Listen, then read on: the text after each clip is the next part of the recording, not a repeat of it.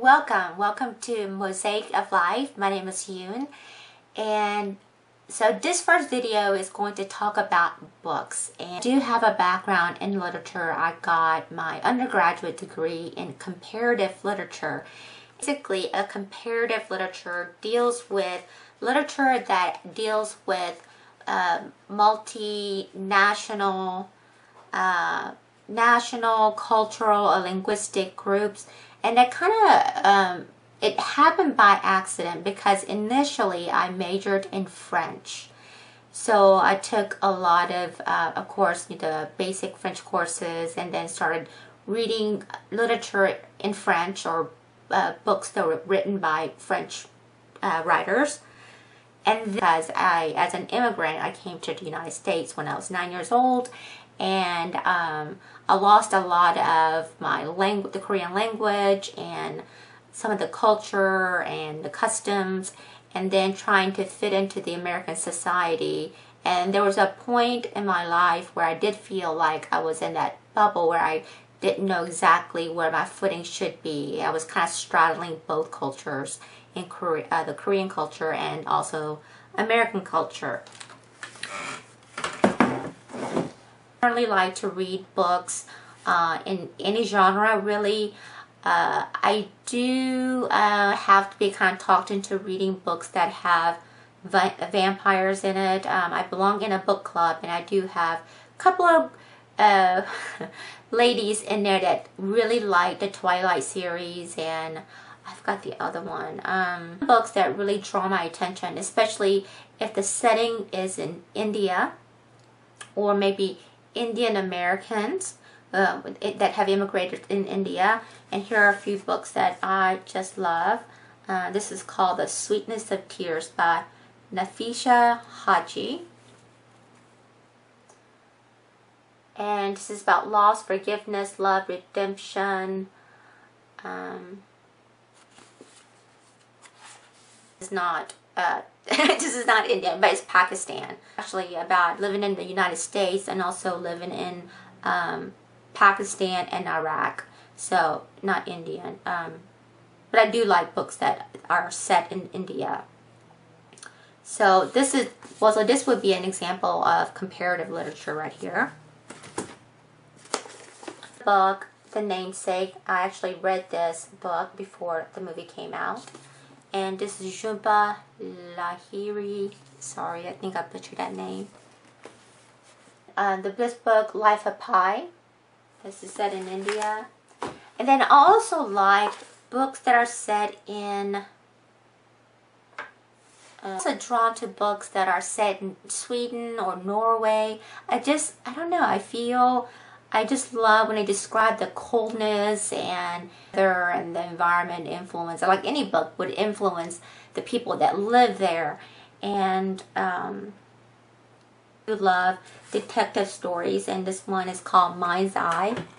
And the author is Hakan Nesser, and I've read several books by him.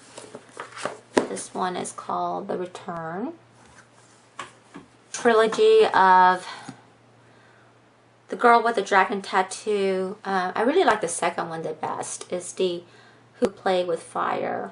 Really like that. And this is the third one. I can't share some books that actually changed my perspective on things. So one of the books is called Blink, Malcolm Gladwell. And this is A Power of Thinking Without Thinking. How just little things can... how little things can make a difference. And I won't go into detail because it's really kind of complicated. And when I really love a book and I want to get most out of it, I actually underline it, make little annotations, and actually read this book at least twice.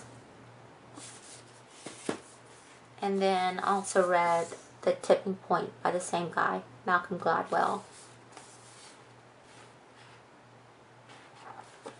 I'm going to cover my last name. I also like to write the date when I read it. So I read this in 2006, and I wrote In Flight to Rome, Italy. Now this book, Simone de Beauvoir, she is the author, and it's called The Second Sex. And this is more of a philosophy book philosophical book, and she goes through, yeah. And then, this is when I was in college, spring '92. So it shows you how old this book is. But when I read this book as a young girl or young woman, it made a huge impact on me because it was the first time in my life I ever thought about what it's to be female or a woman, or, you know, what it might be to be a married woman and divorced and be, or maybe a lesbian, and all those. She discusses all those things. Simone de Beauvoir's famous quote is, "One is not born, but rather becomes a woman." That's pretty bold. But there is, after studying her and learning more about her, there's a little bit of reading about her and learning more about her. There are some things that are a little bit contradictory because she was the lover of Jean-Paul Sartre, and she basically, she wasn't married to him. She did a lot for him as like a married woman, as a housewife. She was kind of in the shadow, so she didn't become as well known as he was at the time. So it's a little contradictory, but what she has to say in this book, or what she has written in this book, has influenced a lot of feminists and the way we think even now. I don't believe everything. I don't subscribe to everything that she says in this book, but there are a lot of things that will make you think deeply. Oh, think about it.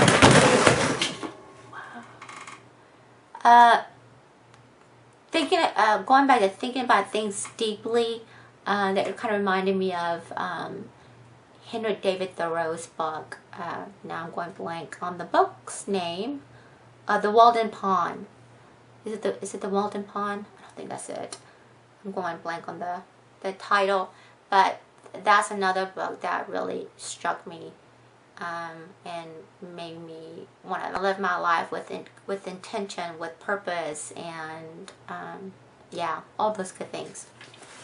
Books that are set in New England, and that talks about college life and how things unfold. For example, The Secret History, that has, you know, a bit of college life, New England, and also there's a mystery in it. So that's another, it's a page turner, and you want to know what happened at the end.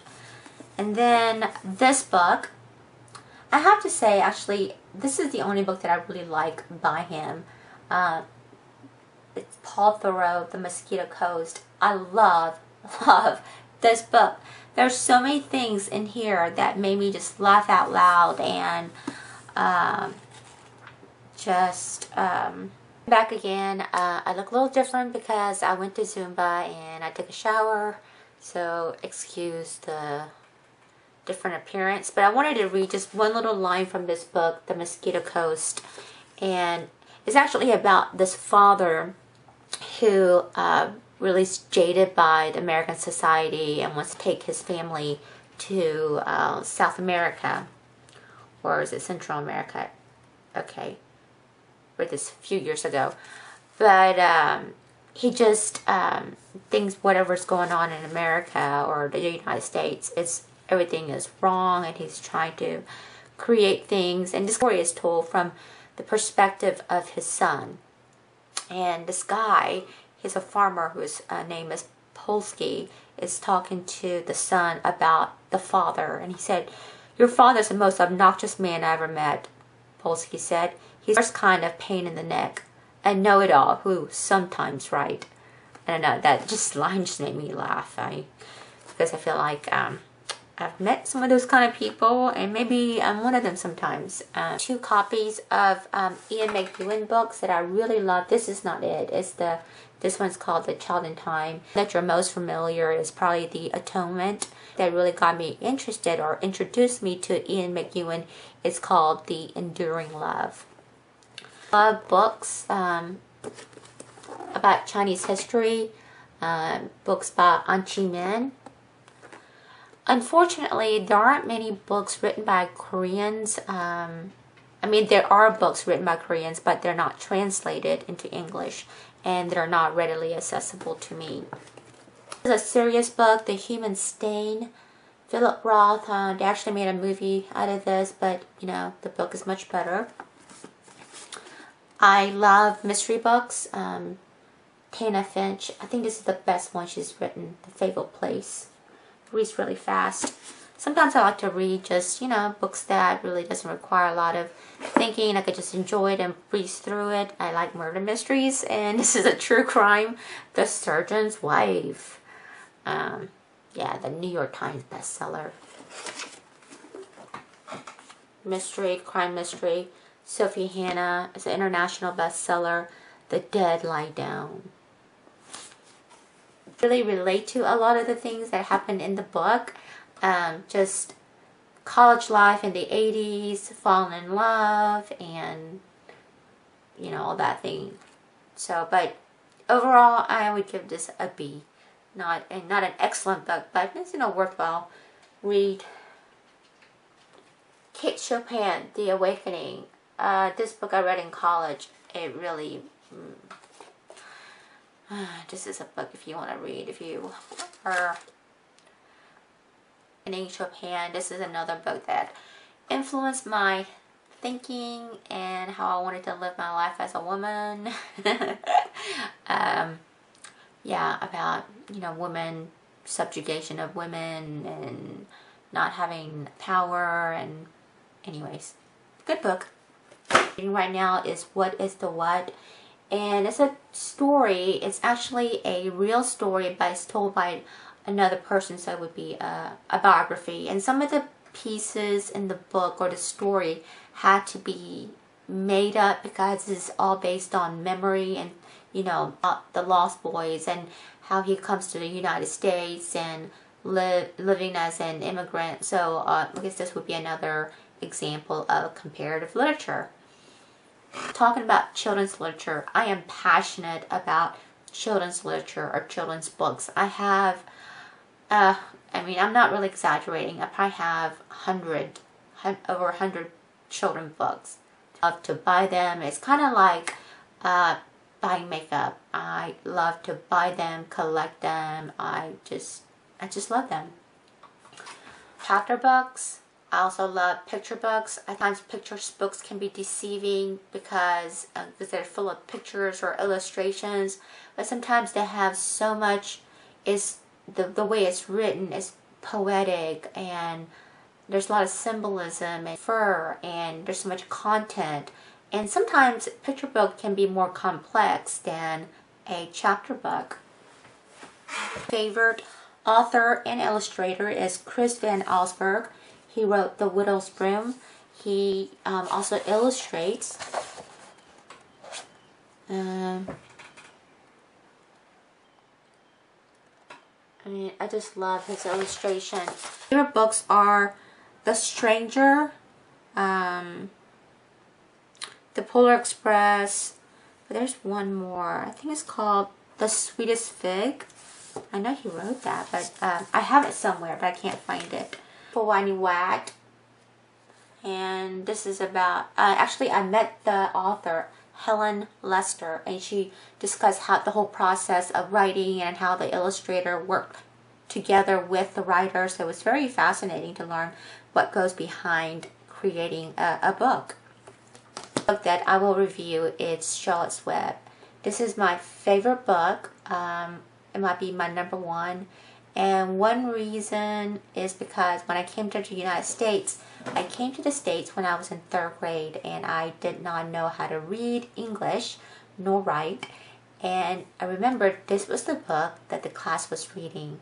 And I remember the teacher had this poster on display, and I was really, you know, wanting to read this book, and started teaching. I taught 3rd grade. That's the grade that I started teaching. We read this book in class, and every year there will be somebody in the classroom that will say, oh, I read the book, or I've seen the book. They're a little reluctant.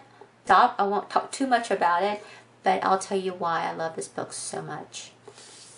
I appreciate those of you who stuck around this long, if you made it this long in the video, and next time the book reviews or any other videos from here on won't be this long.